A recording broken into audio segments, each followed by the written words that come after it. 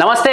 ఏదైతే పహల్గాం దాడి తర్వాత అలాగే ఆపరేషన్ సింధు పేరుతో జరిగినటువంటి పెద్ద ఉగ్ర దాడి అయిపోయినప్పటి నుంచి భారతదేశ వ్యాప్తంగా ప్రజలందరూ భయపడతా ఉన్నారు.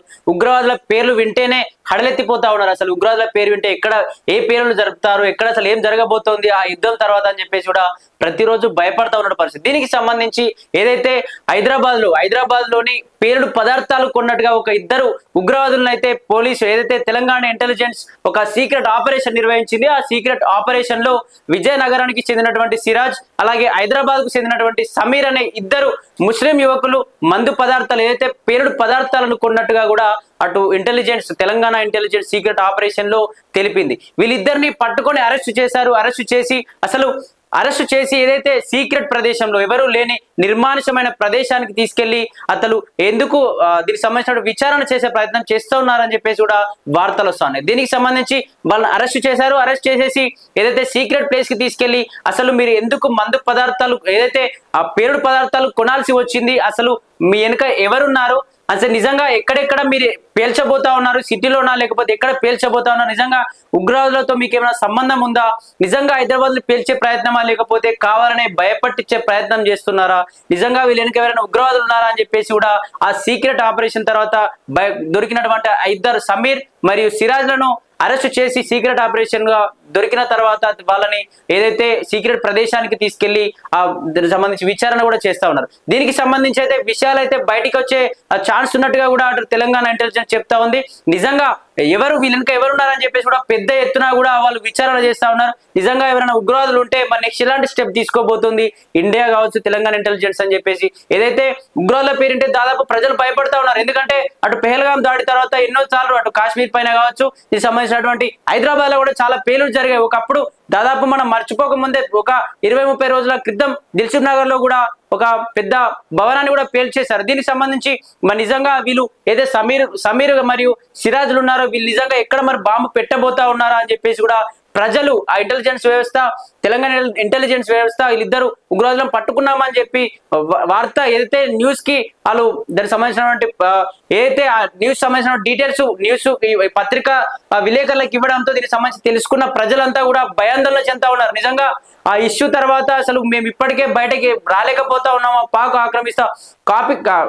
ఆక్రమిత కాశ్మీర్ పైన ఈ పాకిస్తాన్ ఎందుకింత వైఖరి చూపిస్తా ఉంది, ఎందుకు వాళ్ళ ఆధీనంలోకి తీసుకెళ్లాలని చెప్తా ఉంది అని చెప్పేసి అర్థం కాని పరిస్థితిలో మేము ఉన్నాం. ఇప్పటికే చాలా మంది ఫ్యామిలీస్ పోగొట్టుకున్నారు. ఇండియాలో అసలు ఎక్కడ ఏం జరుగుతుంది అని చెప్పేసి ఉగ్రవాదుల పేరింటేనే భయపడతా ఉన్నారు ఈ ప్రజలంతా అని చెప్పేసి కూడా వార్తలు వస్తా ఉన్నాయి. దీనికి సంబంధించి నిజంగా వీళ్ళిద్దరికి ఎవరితోనైనా సంబంధం ఉందా లేకపోతే వీళ్ళు కావాలనే ఏదైనా దొంగల ముఠానా లేకపోతే నిజంగా ఉగ్రవాదుల సంబంధం ఉందా, నిజంగా వీళ్ళు ఇండియానైనా లేకపోతే ఏదైతే ఇది పాకిస్తాన్ కు సంబంధించినటువంటి తీవ్రవాదులు అని చెప్పేసి వీళ్ళ వెనుక ఎవరున్నారు, ఎందుకు వీళ్ళకు అమ్మినటువంటి ఏదైతే బాంబు పదార్థాలను వీళ్ళకి ఎవరు అమ్మారు, ఎక్కడ కొన్నారు అని చెప్పేసి కూడా పూర్తి విషయాలు కూడా మేము ఈ సీక్రెట్ ఏదైతే దీనికి సంబంధించి అతను విచారించిన తర్వాత ప్రతి ఒక్క విషయాన్ని బయట పెడతాం. ఎవరు అసలు ఈ భారతదేశ వ్యాప్తంగా ఉన్న ప్రజలు కావచ్చు తెలంగాణ వ్యాప్తంగా ఉన్న ప్రజలు కావచ్చు ఎవరు భయపడాల్సిన అవసరం లేదు.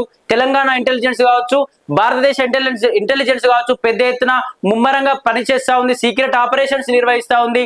ఆ సీక్రెట్ ఆపరేషన్స్ ఎవరు ఎక్కడ ఏం చేస్తా ఉన్నారు, అసలు ఎక్కడ బాంబు పేలులు ఎక్కడైనా జరగబోతా ఉన్నాయా, ఉగ్రదాడి ఎక్కడ జరగబోతా ఉంది, ఆ ఉగ్రదాడి వెనుక ఎవరు ఇండియాలో సపోర్ట్ చేస్తా ఉన్నారని చెప్పేసి పెద్ద ఎత్తున కూడా మేము ప్రతి ఒక్క డీటెయిల్స్ ని కూడా ఖచ్చితంగా మీడియా ముఖంగా చెప్పే ప్రయత్నం చేస్తాం.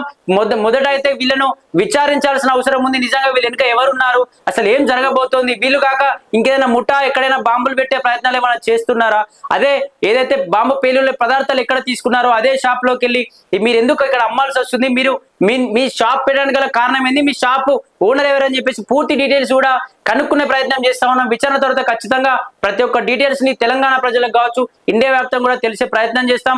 ఖచ్చితంగా ఉగ్రవాదులకు ఎవరు భయపడాల్సిన అవసరం లేదు. మా ఇంటెలిజెన్స్ వ్యవస్థ మంచిగా పనిచేస్తా ఉంది. ఖచ్చితంగా ఎక్కడ ఏం జరగబోతుంది అని చెప్పేసి ప్రజలందరినీ సురక్షితంగా ఉంచే ప్రయత్నంలో భాగమే మా పనే అది. కాబట్టి ఖచ్చితంగా ఎవరు భయపడాల్సిన అవసరం లేదు. ఉగ్రవాదులను ఇప్పుడైతే దీనికి సంబంధించి అయితే అడిగే ప్రయత్నం చేస్తున్నాం. చాలా క్వశ్చన్స్ కూడా అడిగాం, వాళ్ళ నుంచి ఆన్సర్స్ కూడా వస్తా ఉన్నాయి. ఖచ్చితంగా సంబంధించి చెప్పే ప్రయత్నం చేస్తాం.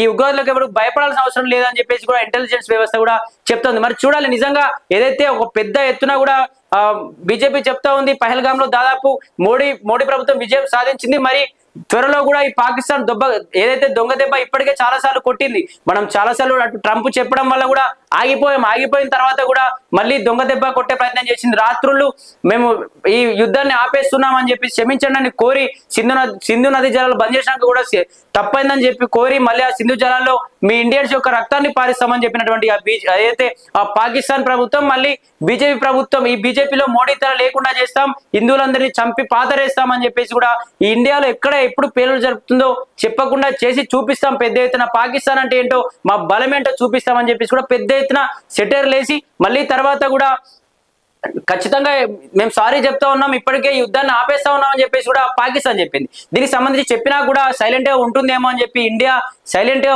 ఉన్నప్పుడే వెంటనే మళ్ళీ చాలా మంది అమాయకమైన ప్రజలను చంపేసింది. ఎప్పుడు కూడా ఇండియా పాకిస్తాన్ యొక్క ప్రజలను చంపే ప్రయత్నం చేయలేదు. చాలా మంది ఉగ్రవాదులను మాత్రమే మట్టు పెట్టే ప్రయత్నం చేసింది. మొన్న కూడా ఏదైతే దానికి సంబంధించినటువంటి ముఖ్య ప్రదేశాలు ఏదైతే 9 ఉగ్ర స్థావరాలు ఎక్కడైతే ఆ ఉగ్ర స్థావరాల్లో భావవ్యాప్తి కావచ్చు, బాంబు పేలులకు సంబంధించినటువంటి ట్రైనింగ్ నడుస్తా ఉన్న ప్రదేశాల్లో ముఖ్యమైన ఏదైతే ఒకప్పుడు పుల్వామా అటాక్ చేసిన వ్యక్తి కావచ్చు, అలాగే పార్లమెంట్ లో పార్లమెంట్ అటాక్ చేసినటువంటి వ్యక్తి కావచ్చు, వీళ్ళందరినీ కూడా అందులో ఉన్నారు. మెయిన్ వ్యక్తులందరూ చనిపోయారు అని చెప్పేసి కూడా చెప్పింది. దీనికి సంబంధించి ఎందుకంటే మెయిన్ ఉగ్రవాదులందరూ చనిపోయారు కాబట్టి వాళ్ళకి ఖచ్చితంగా కోపం అనేది ఉంటుంది. కాబట్టి ఖచ్చితంగా ఇండియాలో ఎక్కడ ఏం చేస్తారో చెప్పమని చెప్పేసి కూడా వాళ్ళు ఏదైతే మీడియా ముఖంగా కూడా డైరెక్ట్ చెప్పాడు. ప్రధాని కావచ్చు, వాళ్ళ ఆర్మీ కూడా ఉగ్రవాదులకే పెంచి పోషిస్తుంది. కాబట్టి నిజంగా మరి ఇండియా అయితే జాగ్రత్తగా ఉండాలి, ప్రతి పౌరులు జాగ్రత్తగా ఉండాలి. ఇంటెలిజెన్స్ వ్యవస్థ మేము కూడా పెద్ద ఎత్తున సీక్రెట్ ఆపరేషన్ చేస్తా ఉన్నాం. ఇప్పుడైతే ప్రజలందరూ సురక్షితంగానే ఉన్నారు. ఇప్పటికైతే పాకిస్తాన్ ఎటువంటి చర్యలకు పూనుకోవడం లేదు. మేము చెప్పాము, హెచ్చరించాం. ఇతర ఏదైతే మనకు సపోర్ట్ గా అటు బలూచిస్తాన్ కూడా పాకిస్తాన్ కి వ్యతిరేకంగానే తయారైంది, ఇండియాకి మాత్రమే సపోర్ట్ చేస్తుంది.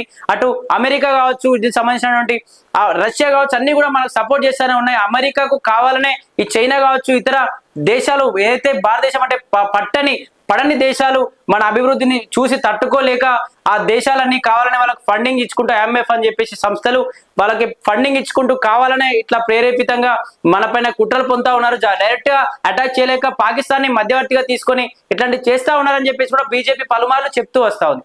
దీనికి సంబంధించి మరి చూడాలి నిజంగా అటు ఏదైతే ఆపరేషన్ సింధూర్ తర్వాత అయితే ఇప్పటికైతే ఆపరేషన్ సింధూర్ అయిపోయినాక తర్వాత కూడా కొన్నిసార్లు ప్రతిరోజు నైట్ కూడా పేలులు జరిగాయి. ఇప్పటికైతే ఏదైతే పాకిస్తాన్ కొద్దిగా సైలెంట్ గా ఉన్నట్టు తెలుస్తుంది. ఎంత సైలెంట్ గా ఉన్నా వాళ్ళ ప్రయత్నం అదే, వాళ్ళు POKని స్వాధీనం చేసుకోవాలనే ప్రయత్నంలో భాగంగా ఏమైనా చేస్తారు. కాబట్టి ఇటు అందరూ కూడా జాగ్రత్త ఉండాలి. అటు ఆర్మీ కావచ్చు, మన ప్రభుత్వం కావచ్చు, కట్టుదిట్టమైన ఏర్పాట్లు చేస్తూ ఉంది. ఇంటెలిజెన్స్ వ్యవస్థ మంచిగా పనిచేస్తూ ఉందని చెప్పేసి కూడా అటు రాష్ట్ర ప్రభుత్వం కావచ్చు, కేంద్ర ప్రభుత్వం కావచ్చు చెప్తా ఉండడం పరిస్థితి. మరి చూడాలి నిజంగా నెక్స్ట్ అయినా మళ్ళీ పెద్ద యుద్ధం అయితే రాబోతా ఉందా మరి పాకిస్తాన్ పైన కావచ్చు, ఈ ఉగ్రవాదులు ఈ సమీర్ కావచ్చు, ఈ సిరాజ్ కావచ్చు, అతనే కాకుండా ఇంకెవరైనా వాళ్ళ టీం ఏదైనా ఉందా అని చెప్పేసి కూడా పూర్తి డీటెయిల్స్ ఆ ఇంటెలిజెన్స్ వ్యవస్థ తీసుకోతారని చెప్పింది. ఎదురు చూడాలి మరి వీళ్ళు ఏం చెప్పబోతా ఉన్నారు, వాళ్ళు ఇంకా ఏముందని చెప్పేసి కూడా పూర్తి విషయాలు అయితే వచ్చే వరకు ఎదురు చూడాల్సిన అవసరం ఎంతైనా ఉంది.